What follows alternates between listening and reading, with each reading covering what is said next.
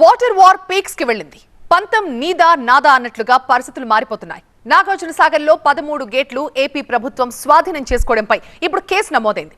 అటు మంత్రి అంబటి రాంబాబు కూడా దీనిపై మరి కాసేపట్లో రియాక్ట్ అవబోతున్నారు. ఆ ఎక్స్క్లూజివ్ అప్డేట్స్ ని మనం ఇప్పుడు చూడబోతున్నాం.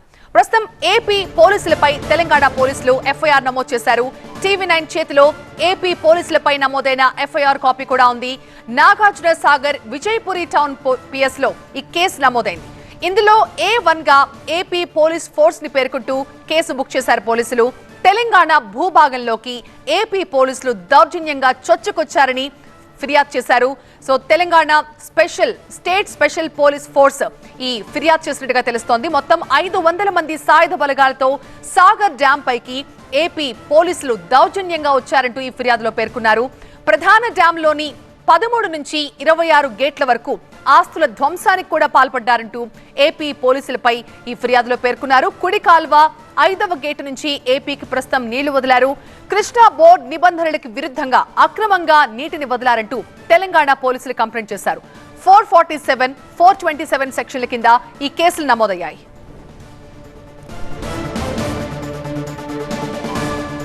నాగార్జున సాగర్ డ్యాం పై ఇప్పటికీ కూడా ఆ ఉద్రిక్త వాతావరణం కొనసాగుతోంది.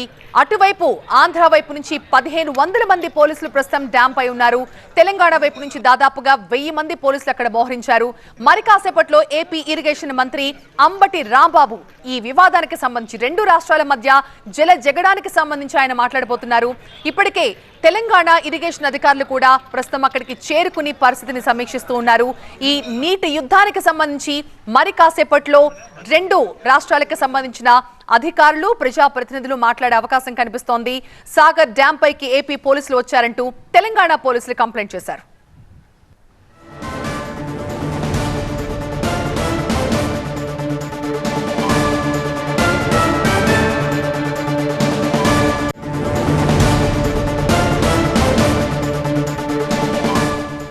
ప్రస్తుతం మా ప్రతినిధులు విజయ్ అండ్ రేవణ్ మనకి లైవ్ లో జాయిన్ అవుతున్నారు. దీనిపై మరింత సమాచారం ఇచ్చడానికి ముందుగా విజయ్ తో మాట్లాడదాం. విజయ్, ఏపీ పోలీస్ ఫోర్స్ పైన ఎఫ్ఐఆర్ నమోదు చేయడాన్ని ఏ రకంగా చూడాలి? ప్రస్తుతం ఏ సెక్షన్ల కింద వీళ్ళపై కేసులు నమోదయ్యాయి?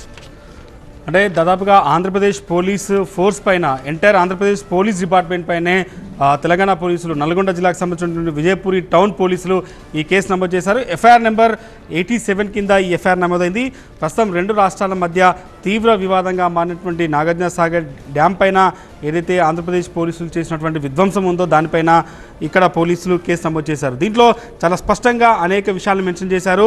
ఇక్కడ చూడొచ్చు, ఈ అక్యూజ్డ్ A1 గా details of the suspected are accused అని ఎక్కడైతే ఉందో AP police force, Andhra Pradesh police force పైన ఈ కేసు నమోదైంది. దీంట్లో భాగంగానే టీఎస్పీఎస్కి సంబంధించినటువంటి స్పెషల్ ఫోర్స్కి సంబంధించినటువంటి ఎస్ఐ విజయ్ ఇచ్చినటువంటి ఫిర్యాదు మేరకు ఈ కేసు నమోదైంది. దీంట్లో క్లియర్గా మెన్షన్ చేశారు, ఏపీ పోలీస్ ఫోర్స్ పైన నమోదైన కేసుగా చాలా క్లియర్గా మెన్షన్ చేశారు. దాంతోపాటుగా ఇక్కడ చూడొచ్చు, ఎఫ్ఐఆర్లో అనేక కీలకమైన అంశాలని అటు పోలీస్ శాఖ మెన్షన్ చేసింది.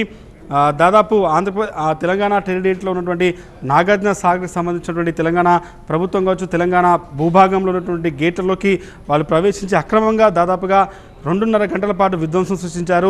మొత్తం 500 మంది ఆర్ముడ్ పోలీస్ ఫోర్స్ అంతా కూడా వచ్చి నాగార్జున డ్యాం పైన 13వ గేట్ నుంచి 25వ గేట్ వరకు తమ ఆధీనంలోకి తీసుకొని అక్కడున్న తెలంగాణ ప్రభుత్వంలో ఉన్నటువంటి ఏవైతే కొన్ని ఆస్తులు ఉన్నాయో, సీసీటీవీలు కావచ్చు, బ్యారికేడ్స్ కావచ్చు, ఈ రెండింటికి మధ్య ఈ కుడి కాలువకు కనెక్టివిటీగా ఉన్నటువంటి కొంత సిస్టమ్ అంతా కూడా పూర్తిగా ధ్వంసం చేశారు. ఇది కంప్లైంట్ కాపీ చూడొచ్చు. నాగార్జున సాగర్కి సంబంధించినటువంటి విజయపురి నార్త్ పోలీస్ స్టేషన్లో ఎస్ఐ విజయ్ ఇచ్చినటువంటి కంప్లైంట్ కాపీ. దీంట్లో క్లియర్గా మెన్షన్ చేశారు, ఆంధ్రప్రదేశ్ 500 మంది ఆర్మ్డ్ పోలీసు, దాదాపుగా ఇక్కడ చూడొచ్చు 500 ఆర్మ్డ్ పోలీస్ బుల్డోజ్డ్, దాదాపుగా ఈ నాగార్జున సాగర్ కుడి కాలువకు సంబంధించిన దాంట్లో వాళ్ళు బుల్డోజ్ చేసుకుంటూ వచ్చారు. తెలంగాణ ప్రదేశంలో ఉన్నటువంటి ఆస్తులు ధ్వంసం చేశారు, సీసీ కెమెరాలు పగలగొట్టారు.